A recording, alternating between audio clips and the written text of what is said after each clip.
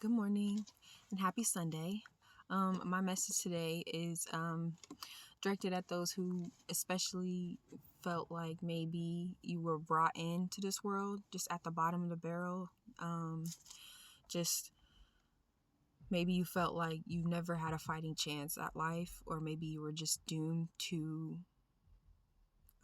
struggle, or maybe you felt like you were just not set up for success. I come from what some would call, like humble beginnings. Okay, let's start off with the verse of the day that I came across, but as I was trying to pull it up to reference it, just this whole little chapter or this whole little part, it just really spoke to me, and it's just really good. So I just feel like I just should just read all of it. So this part is titled "Living Godly Lives in a Pagan Society." And it says, this is 2 Peter verse 11. Dear friends, I urge you, as foreigners and exiles, to abstain from your sinful desires, which wage war against your soul. Live such good lives among the pagans that, though they accuse you of doing wrong, they may see your good deeds and glorify God on the day that he visits us. Submit yourselves to the Lord's sake to every human authority, whether to the emperor as the supreme authority or to governors who are sent by him to punish those who do wrong and to commend those who do right. For it is God's will that by doing good that you shall silence the ignorant talk of foolish people. Live as free people, but do not use your freedom as a cover-up for evil. Live as God's slaves. Show proper respect to everyone. Love the family of believers. Fear God. Honor the emperor. Slaves, in reverent fear of God, submit yourselves to your masters, not only to those who are good and considerate, but also to those who are harsh. For it is commendable if someone bears up under the pain of unjust suffering because they are conscious of God. But how is it to your credit if you receive a beating for doing wrong and endure it? But if you suffer for doing good and you endure it, this is commendable before God. To this you are called, because Christ suffered for you, leaving you an example that you should follow his steps. He committed no sin, and no deceit was found in his mouth. And when they hurled their insults at him, he did not retaliate. When he suffered, he made no threats. Instead, he entrusted himself to him who judges justly. He himself bore our sins in his body on the cross so that we might die to sins and live for righteousness. By his wounds you have been healed. For you were like sheep going astray, but now you have returned to the shepherd and overseer of your souls. So what I'm taking from this, because like I said, I definitely come from humble beginnings. There have been times where I felt like, like I was never set up to become anything more than where I came from. And that's definitely had taken a toll, like a loss of confidence and motivation. And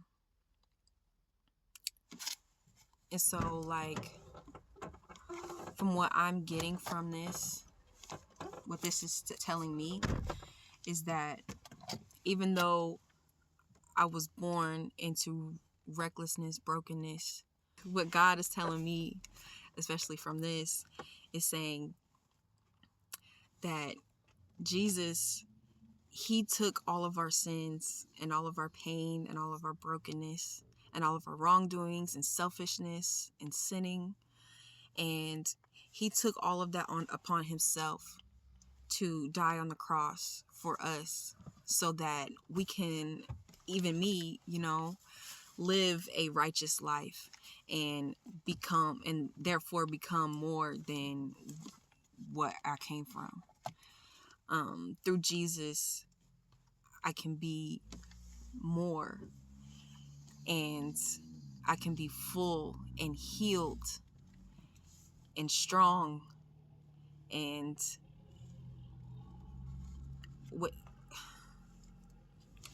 without him, I'm not it. Okay, so that's how I know that's why I need Jesus, and I need to live my life through him. Okay, so there's a lot of different things that you can take from that passage. Like there's a lot of different messages within that. But the main thing that I want to focus on is this part right here. Because so God created heaven on earth for us to live. Okay, he created a perfect paradise where we could walk alongside God and talk with him and have a relationship with him. And it was Adam and Eve that decided to defy God. You guys remember the story with Adam and Eve. You know, God said, "You have all this is for you. You can have all of this. Just don't eat from this tree." And they decided that even though God said, "Don't do this," they decided, well, this looks satisfying and it looks really good. So I'm going to do this anyway, even though I know that God said, don't do it. And that decision is what created the eternal separation from God.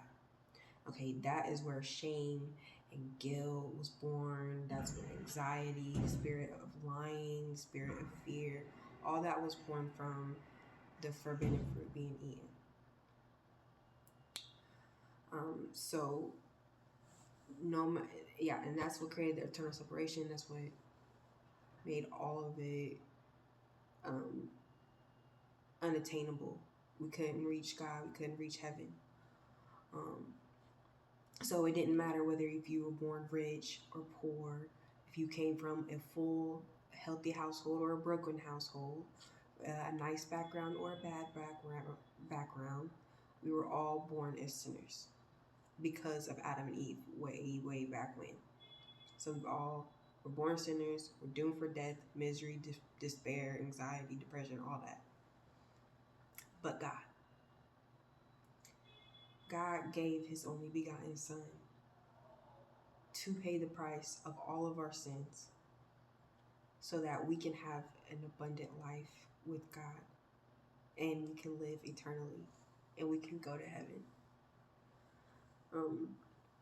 He did that for all of us. Okay, so there's good news for us misfits and outcasts. You don't have to be rich enough. You don't have to be free of ever making a mistake. It's even if it was really, really stupid, really, really bad. You don't have to be free from that. You don't have to be good enough. You don't have to be bad enough. You don't have to be worthy enough. Because the truth is, none of us are. Okay, and that's the point. We need God because we are not enough, and he is what makes us enough, with him. Because with God, we can do anything. We can be healed, worthy, and strong. And bringing back to that verse, he bore our sins in his body on the tree so that we might die to sin and live to righteousness. By his wounds you have been healed. And I made that video so long ago now, and I just trying to articulate it is what's really been like kind of difficult for me. And I hate that, I could come on here and make a makeup video or a video about just about anything and not have no kind of like second thought about it. Like I'm just doing it, record it, whatever, who cares. But like talking about God gives me so much anxiety because I don't want to come off as a poser, and I don't want to come off as like, what's the word?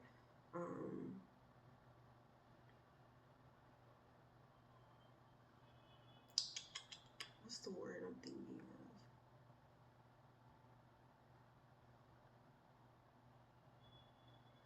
I don't want to sound dumb, you know what I'm saying? Because it's like, who am I? But